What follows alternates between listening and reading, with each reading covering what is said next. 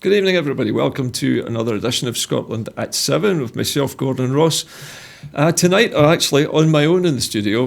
Me and my producer are alone tonight because of the English bank holiday. A lot of people off on holiday today, including, it seems, a lot of politicians and pundits. So I'm afraid you're going to have to put up with me this evening. But there's no let-up in the Brexit dramas that are going on across in Biarritz at the moment. So we'll be looking at Brexit as our first story this evening, and we have Boris Johnson making a lot of new pronouncements in the last 24 hours, and more or less saying that, he's saying that the European Union would block a trade deal if Britain reneged on the bill. Now, this story is about what will happen if Britain decides not to pay the £30 billion of a £39 billion bill, which it is currently liable to pay for projects and other undertakings currently at the moment, as far as I know, in the making in the European Union and continuing perhaps long after Britain has left the EU. So with Boris Johnson now saying that the chances of a no-deal Brexit, as he put it now, touch and go, I would have said, is probably a diplomatic way of saying about 50-50, which is a massive change in odds from Boris's original estimate of 1 in a million. But 1 in a million, I think, was probably a very optimistic guess to begin with. But the European Union has refused to negotiate a trade deal with the UK if the government reneges on the Brexit bill, EU sources have said today. And at the G7 summit in Biarritz, Boris Johnson said it was a simple statement of reality that the UK would withhold much of the £39 billion financial settlement agreed by Theresa May in the event of a no deal. This is an odd kind of pronouncement for a Prime Minister to make because, apart from anything else, it might even affect the UK's ability to borrow, particularly if it is seen as a bad payer of debts. Brussels sources have warned that future trade talks would be blocked until the UK agreed to a settlement. The financial settlement was totemic for EU member states, one official said, and the message will be honour your debts or we're not even going to start talking about a trade deal. Responding to the Prime Minister's comments, Jean-Claude Pires, I'm not sure how to pronounce his name, okay, a former head of the EU Council Legal Service tweeted that if the UK refuses to pay its debts, then the EU will not accept to negotiate a trade agreement with the UK. So the war of words is continuing with neither side blinking at the moment.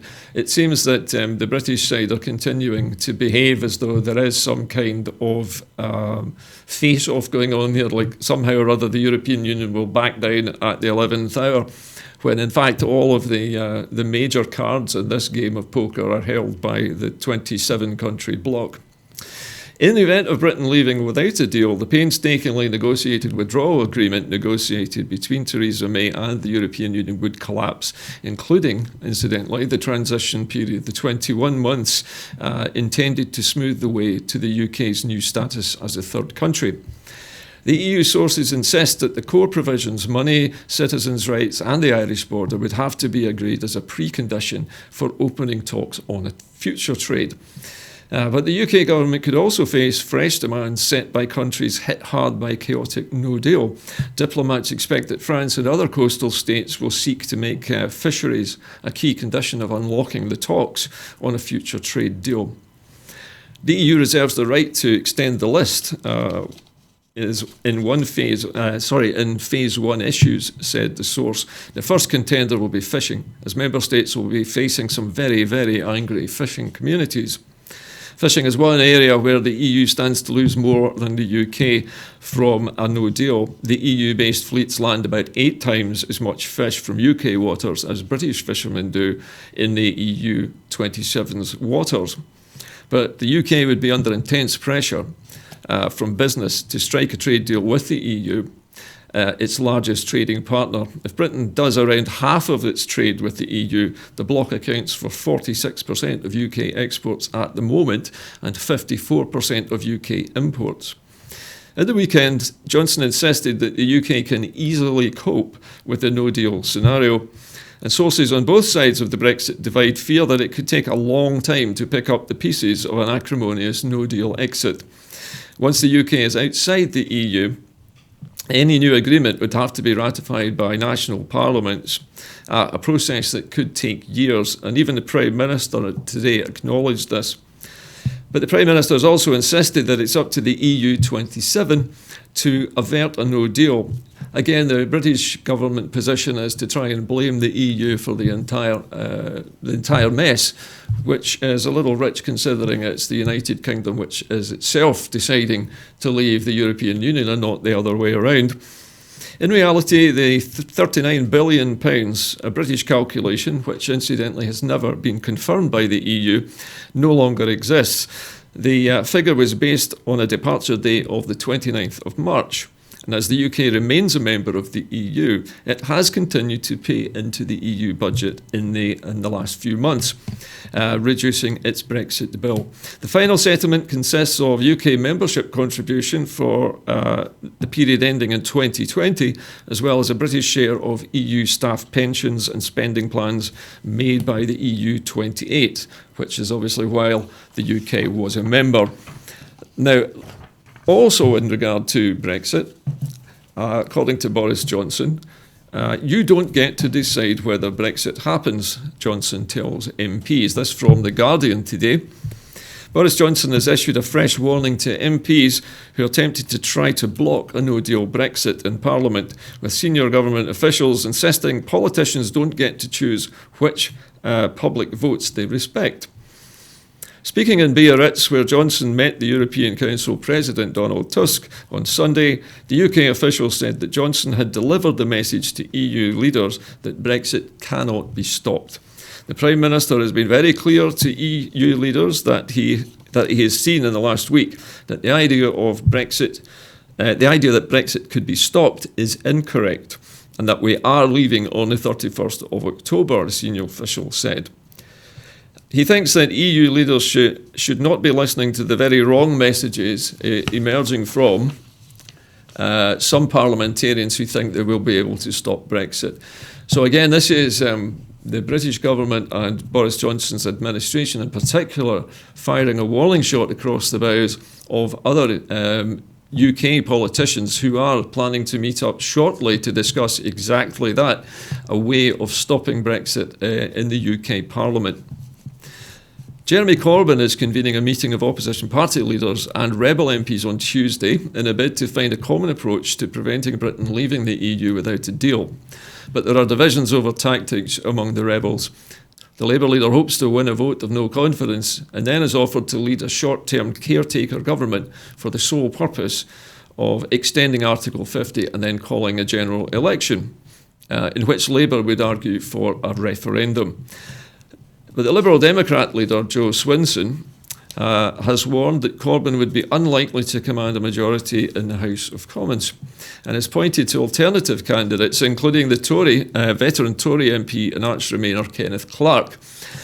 In a letter to Mr Corbyn on Monday, Swinson said, "We cannot allow party politics to stand in the way of finding a solution to prevent the national crisis approaching us." But as many people have thought, is why not win the no confidence vote first and then decide who is going to lead the government? But it seems that this rather strange ad hoc coalition, it seems to have the cart before the horse in this case. Labour seems to be very muddled on its position on how to deal with Brexit. Again, just fairly typical of Labour's recent vacillations on this subject.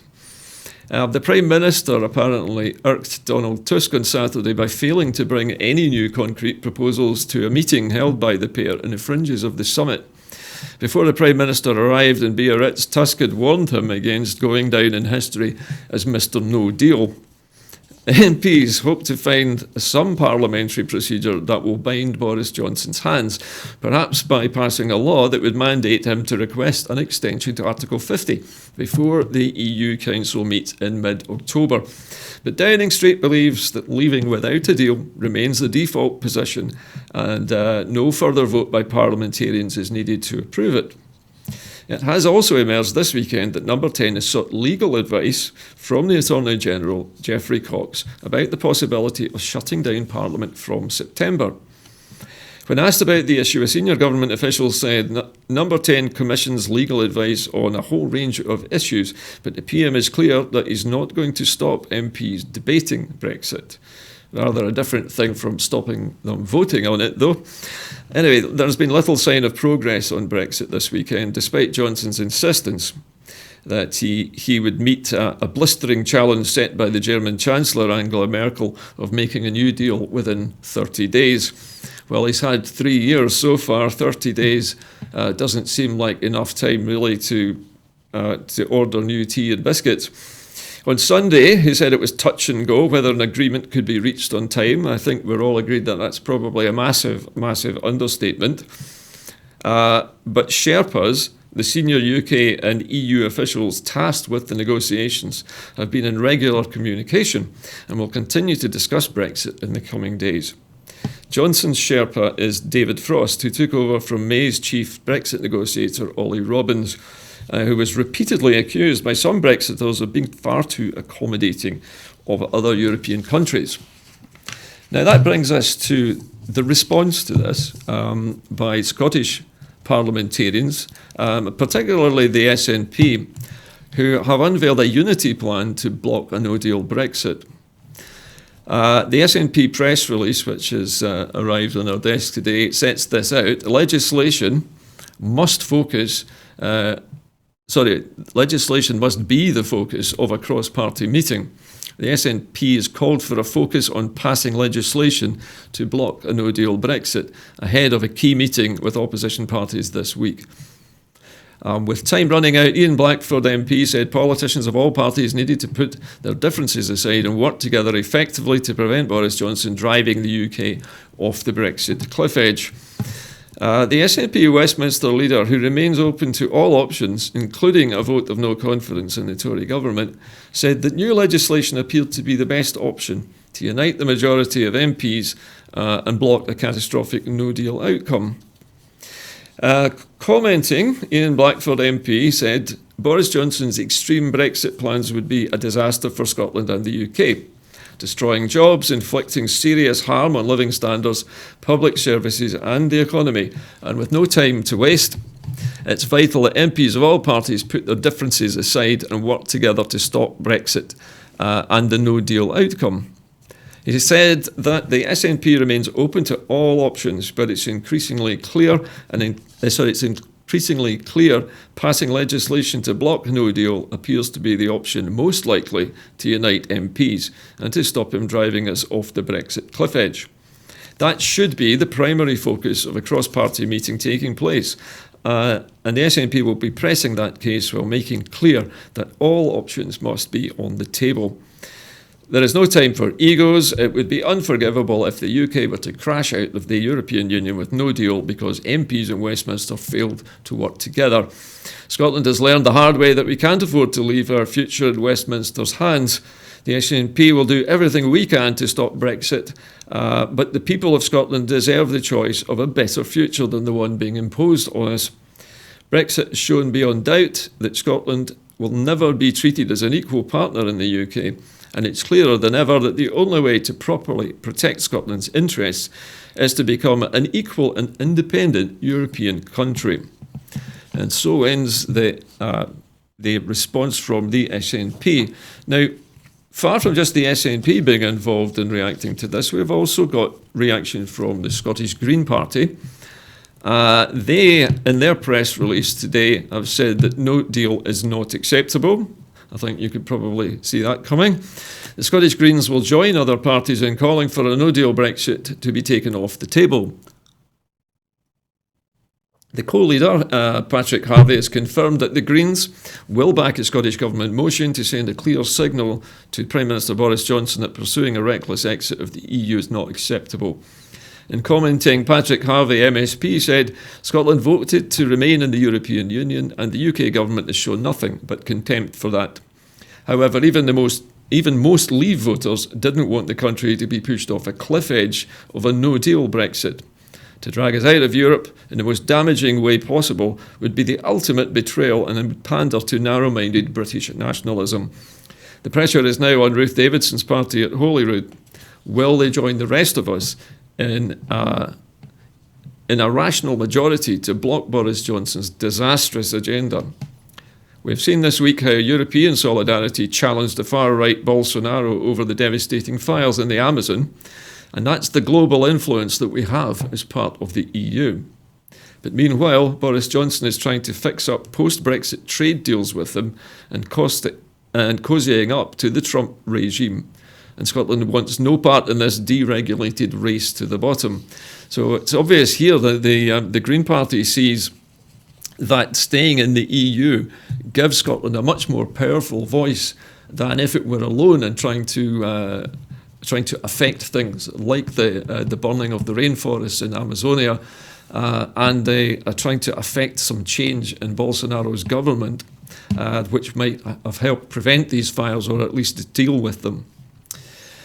Now, the SNP has also urged Boris Johnson to rule out the threat of no deal, and in a recent report, it's been revealed that a no-deal Brexit could cost Glasgow £2.35 billion and around 30,000 jobs, according to new research obtained by the Sunday Times.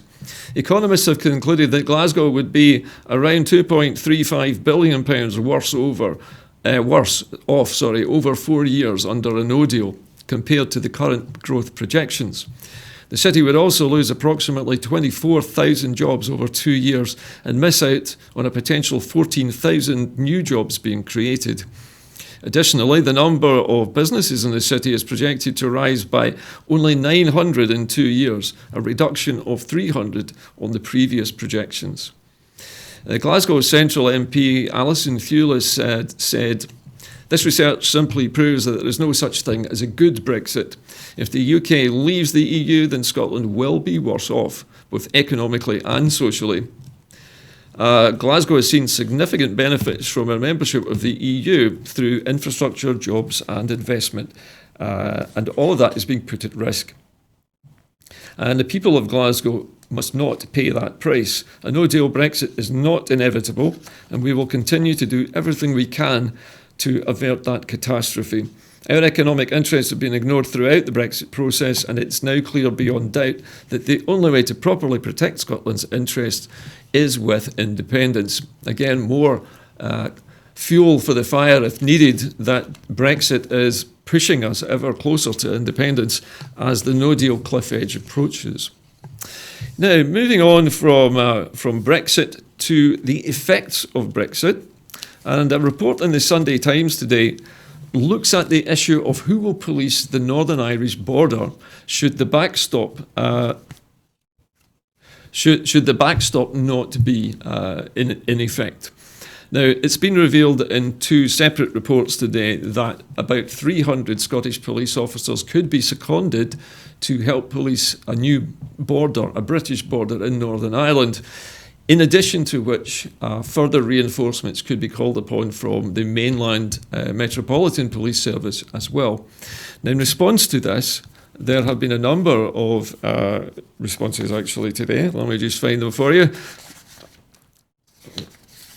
The Scottish Government has made a statement already about this issue, and it's fairly short and sweet, but basically a Scottish Government spokesman said this: "Mutual aid is an operational matter for the Chief Constable, who has informed the Scottish Police Authority that as part of the EU exit planning, the provision of mutual aid assistance to the wider UK policing will be considered should this be requested." Now, this is interesting. That's put a caveat on that, should it be requested, I think implying here that it hasn't been requested yet. The reality is that the UK is not and cannot be ready for a no-deal EU exit on the 31st of October. The safety and well-being of our police officers is paramount, and we know such an outcome would exacerbate tensions in Northern Ireland. And this is another reason why the no-deal Brexit should be avoided. Intensive EU exit preparation is underway, including our work with the Scottish Police Authority and Police Scotland. So the Scottish Government replying swiftly there, and I think quite emphatically, and definitely underlying their continuing concern for the safety of Scottish police officers who appear to be being used first in this potential. Now, we don't know whether this is deliberate or whether this is by accident, but it would appear that Scottish officers are the first ones being considered to be seconded to Northern Ireland. Nobody knows whether it's deliberate or not, but it's certainly it's not unusual of the British government to put Scots into the fray first. But what would be the consequences of Scottish police officers getting injured in a potential conflict? How is that going to, or worse? I mean, we don't know what will happen if there is a British border in Northern Ireland, exactly what that will set off.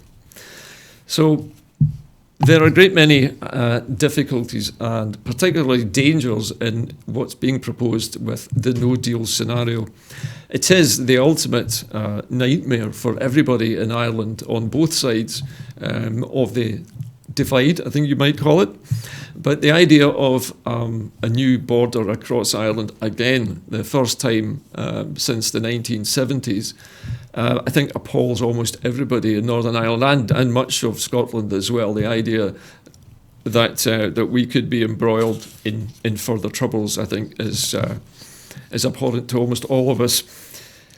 Okay, moving along to another very contentious issue, one which has raised a lot of eyebrows today on social media, I noticed earlier on, and that is a new 5G blueprint published by First Minister Nicola Sturgeon that will put Scotland at the forefront of 5G technological revolution. 5G is the next generation of mobile internet, which offers faster speeds and enhanced connectivity, which could transform transport, education, healthcare and agriculture, amongst many other sectors. The plan, Forging Our Digital Future with 5G, sets out how the Scottish Government will work with industry, the regulators and other public sector bodies to make sure all of Scotland, including all its rural areas, something which many detractors of mobile internet have constantly complained about, that all of these areas benefit from the technology. 5G could enable Scotland to add 17 billion to its GDP by 2035, creating 160,000 jobs and increasing productivity by £1,600 per each worker in just over 15 years. The potential uses for 5G technology include using in-home sensors to monitor patient health, capturing real-time health data, and reducing the need for recently discharged patients to return to hospital for checkups. So there are some positive aspects to this, despite the online social media fears that have been generated by 5G recently. Also included in these benefits, measuring blood glucose levels non-invasively, this for people suffering from diabetes, localised flood warning systems with 5G connected sensors to measure river levels, giving people in remote communities greater time to prepare, supporting Scotland's low carbon objectives with public bodies exploring smart street lighting, smart heating, smart electric vehicle charging hubs, and a lot of other automated systems which will reduce our reliance on energy and contributing to the long-term sustainability of Scotland's rural economy. And speaking during a visit to Glasgow University School of Engineering, the First Minister said, "Our 5G plan sets out the actions we believe are needed to ensure as much of Scotland as possible shares in the vast potential growth on offer. Our aspiration is to position Scotland as a 5G leader and a forward-looking digital nation." The 5G offers rich potential, opportunities to enhance Scotland's global competitiveness, achieve economic growth, and and to drive innovation across our public and private sectors. There are huge potential gains for the public sector if we embrace technology such as 5G, and we believe this will be the catalyst for further public sector transformation, enabling high-quality, user-focused and efficient services that are driven by data.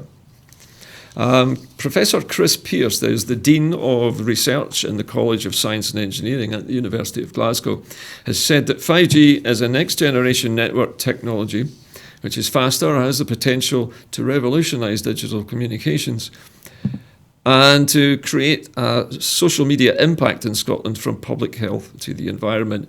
It also offers, as we've been hearing in other sources today, a greater bandwidth, therefore much greater space for more data traffic to be transferred. And it is also, and something which is important to us here, the future of broadcasting, because it will enable many broadcasters to use a new network to reach more people in rural areas. And of course, many people already get their television service through the internet, and this will vastly improve the scope of that and the number of channels available, and also offer business opportunities to new broadcasters.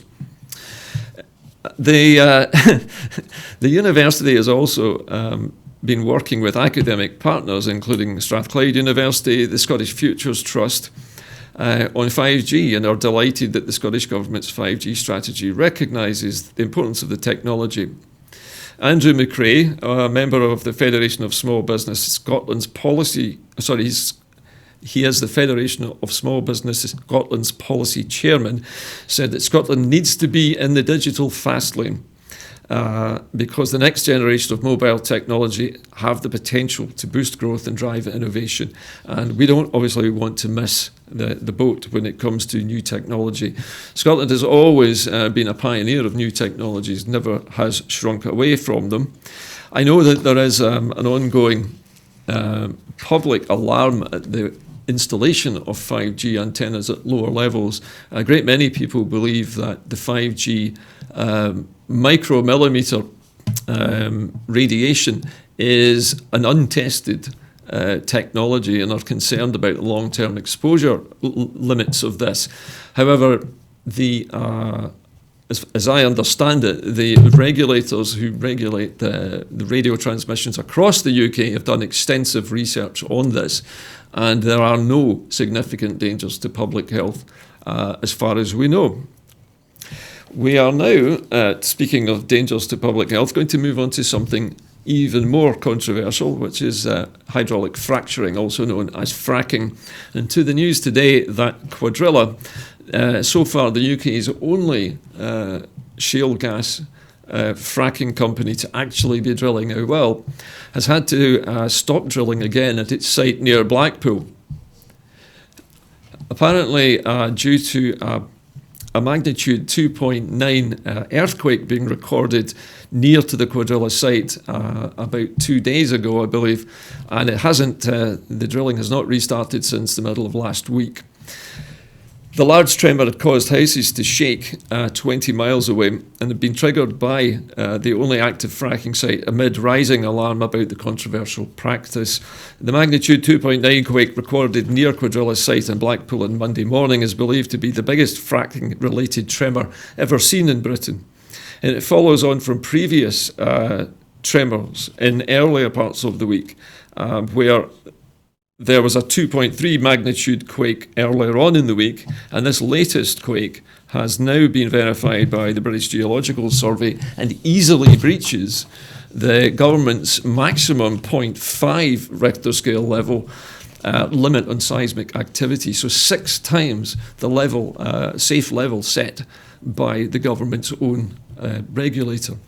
Now, Cuadrilla said it was aware of the seismic event and no fracking had taken place over the weekend. The energy firm said it was investigating alongside regulators.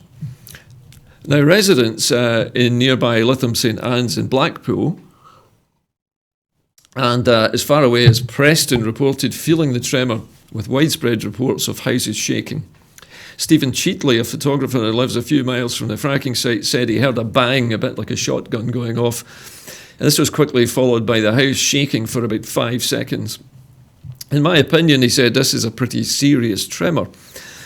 It's definitely the biggest since a natural one I experienced many years ago, and I've been on the fence until now, but after that tremor this morning, I think fracking needs to stop completely. Another person posted on social media that he heard a loud rumble, and the whole house shook and pictures fell off the wall. It was quite scary. So Cuadrilla says the integrity of its shale gas well was unaffected by the seismic activity. Now, this is exactly the sort of thing they would say, but when a house is shaking 20 miles away, that is not going to leave the fracking well unaffected. These fracking wells operate at incredibly high pressures, and any shaking could cause fractures around the drill site, causing explosive ejections of fracking mud. So there are risks involved with this. So the potential for danger is there. And Cuadrilla has blamed the low limit of seismic activity for stifling the UK's nascent shale industry. And this is despite the fact that experts are now claiming that the shale gas reserves in the UK were vastly overestimated. Anyway, a spokeswoman for the anti-fracking Preston New Action Group said it was very frightening, especially when you hear a loud bang and things in the house rattling. Given that this quake was felt across Blackpool, the Fylde coast and beyond, what is likely to have happened beneath the ground to the well at the source, nobody seems to know. And we should not be being subjected to this level of stress and fear. Now, until last week, about 10 protesters had been keeping vigil outside Cuadrilla's site, but that number quickly swelled to over 400 this morning, outside campaigning very vocally for an end to fracturing in the UK.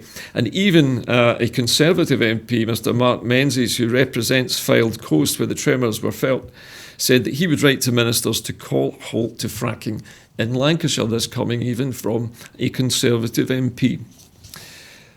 So, okay, as the crisis escalates, it says here, we refuse, oh no, beg your pardon, I'll read that again. We have a little bit of another story tailored onto that. Sorry, apologies for that. We just had a little bit of extra verbiage at the end there. Okay, our final story this evening is a good news story for a change, and that is that the Scottish Government has announced funding of £3.4 million to help build the world's most powerful floating tidal turbine. This we should be able to see some footage of this new turbine as it's in the Gulf of...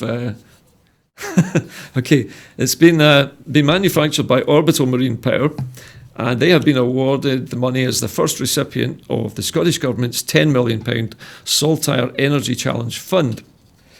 The funding will be used to deliver the next generation O2 2-megawatt floating energy turbine capable of powering more than 1,700 homes per year.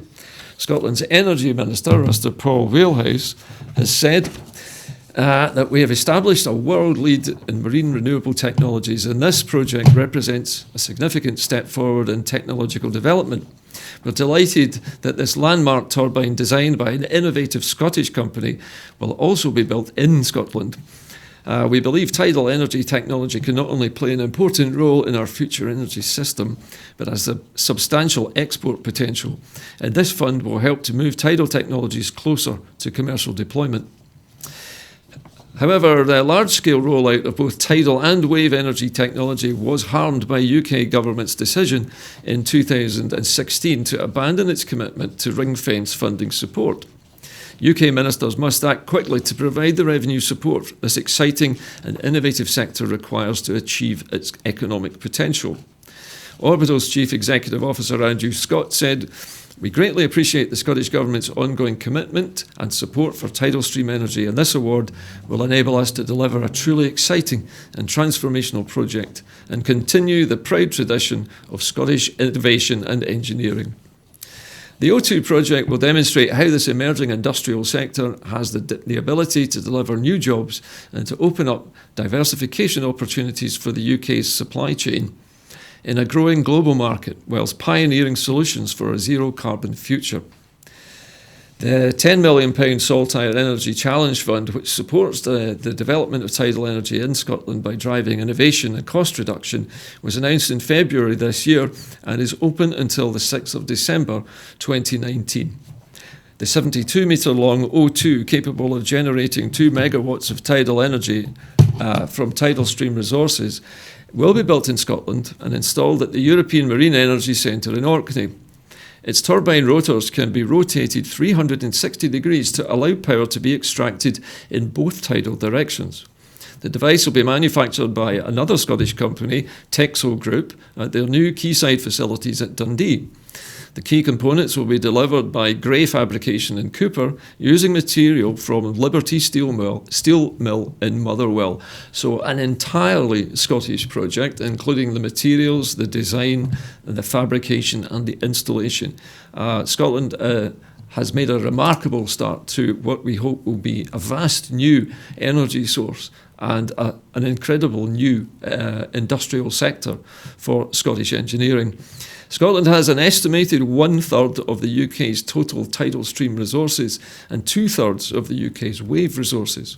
Marine energy resources can provide renewable energy generation as part of a response to the global climate emergency.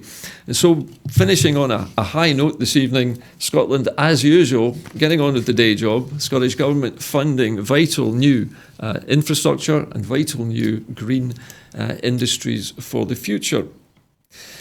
I should also say that we have some more good news, this time from Broadcasting Scotland itself. Broadcasting Scotland is pleased to announce that we will be we will be innovating a new programme starting on, on Wednesday, I believe. No. I'm sorry, I beg your pardon. We will be starting a new programme on when... we will, sorry, I beg your pardon, just getting some instructions from the studio. On Thursday, Ian Blackford will bring his Independence Roadshow to Edinburgh. Broadcasting Scotland will be there to cover the event live as it happens. It will be a Scotland at 7 special, and commenting on this, the SNP Westminster leader Ian Blackford has said, Scotland has been completely ignored by Westminster throughout the Brexit process. Any pretence that we'll ever be treated as an equal partner is long gone. And as we know, with time running out to Brexit, preparations underway for a fresh independence referendum. Now is the time to discuss how we can build a fair and more equal country. And so we also know that this event is absolutely sold out already. So you will be able to see it live, Scotland at 7, with Ian Blackford and Mary Black on Scotland at 7 next Thursday, 7 o'clock. And the other announcement, which I apologise because I was getting confused with this one, is that we are planning a new Scottish Answers programme, a little similar to what the BBC has done in the past, but this will be a travelling roadshow where a panel of guests will get to answer questions from a live studio audience, which the studio obviously is going to be a mobile one, and their outside broadcast vehicle will be travelling around Scotland to various locations in the future. Now, the method for actually coming up with this new programme depends on you, the viewer. In the past, I've made appeals for people to step forward and to become supporters of Broadcasting Scotland. Now, in order to produce this new programme, this roving Any Questions programme, we require another 300 new supporters to come forward to sponsor Broadcasting Scotland with just £5 a month.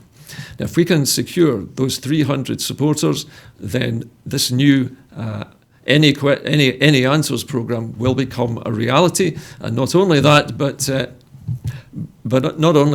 the Scottish Answers programme will become a fixture for the foreseeable future. It will also secure Broadcasting Scotland studios here and allow us to continue to make high-quality programming on a regular basis for you. That is about it from me this evening. If you wish to sign up as a supporter of of Broadcasting Scotland, you can do so by going to the address shown on your screen now.